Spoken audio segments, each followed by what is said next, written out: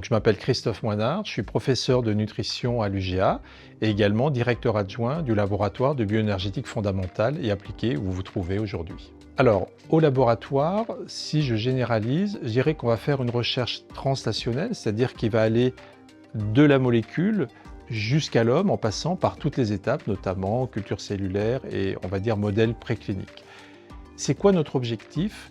C'est d'essayer, notamment en santé, de proposer une autre solution, une alternative, d'aller vers un modèle plus préventif plutôt que vers le modèle curatif qui est développé à l'heure actuelle. Globalement, on considère qu'on est en bonne santé, on tombe malade, on prend des médicaments et puis on revient à un état stable. Non. En réalité, on a un capital santé qui va s'éroder tout au cours du temps. C'est de comprendre les mécanismes pourquoi on va perdre ce capital santé et d'essayer d'aller vers de nouvelles solutions qui visent non pas à restaurer quand on est malade, mais à prévenir et justement à conserver, à rester en bonne santé. Alors Floralis nous accompagne, je dirais, un peu à tous les étages, que ça puisse être même sur les aspects plus fondamentaux dans le cas de valorisation, de brevets, d'exploitation de ces brevets.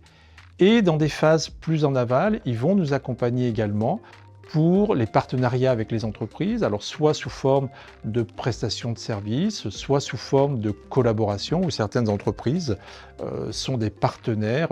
Et à titre d'exemple, on accueille à l'heure actuelle un collègue qui va venir de Genève avec un gros contrat avec une entreprise américaine. Floralis gère tout, on n'a rien à s'occuper, ce qui est extrêmement confortable, juste se concentrer sur la science.